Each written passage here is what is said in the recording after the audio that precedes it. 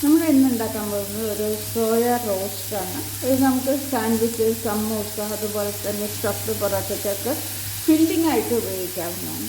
അതിനായിട്ടൊരു ചീഞ്ചട്ടിയിലേക്ക് കുറച്ച് എണ്ണ ഒഴിച്ച് കൊടുത്തിട്ട് 2 സവാള, ഒരു കഷ്ണം ഇഞ്ചി, കുറച്ച് വെളുത്തുള്ളി പൊടിയായി അരിഞ്ഞൊക്കെ ചേർത്ത് ഒന്ന് നന്നായിട്ടൊന്ന് വഴറ്റിയെടുക്കാം. ഇതിലേക്ക് ആവശ്യത്തിന് ഉപ്പ് പൊടി ചേർത്ത് കൊടുക്കാം. 1 ടീസ്പൂൺ മല്ലിപ്പൊടി,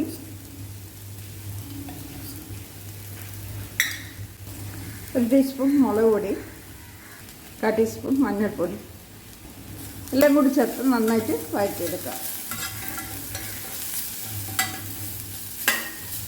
തീ നന്നായിട്ട് കുറയ്ക്കണം. പിന്നീട് സോയ ചങ്ക്സ് ചുടുവെള്ളത്തിലിട്ട് കുതിർത്തതിന് ശേഷം മിക്സിയിലിട്ട് അടിച്ചെടുത്തിട്ടുണ്ട്. ഇതിലേക്ക് ചേർത്ത് കൊടുക്കാം.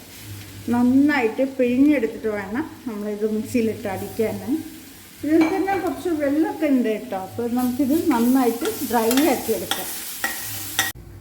അപ്പോൾ ഇത് നല്ലപോലെ ഡ്രൈ ആയി വന്നിട്ടുണ്ട്. ഞാനിതിലേക്ക് കുറച്ച് എണ്ണ ഒഴിച്ചെടുക്കുന്നുണ്ട്. നമ്മൾ ശരിക്കും പറഞ്ഞാൽ ഈ സോയ ചങ്ക്സ് ഇങ്ങനെ വെള്ളം നല്ലപോലെ പിഴിഞ്ഞെടുത്ത് വെച്ചാൽ നമുക്ക് കുറച്ചും കൂടെ നന്നായിട്ട് തന്നെ കിട്ടും കേട്ടോ. പക്ഷെ മല്ലിയിലരിഞ്ഞത് ചേർത്ത് കൊടുക്കാം.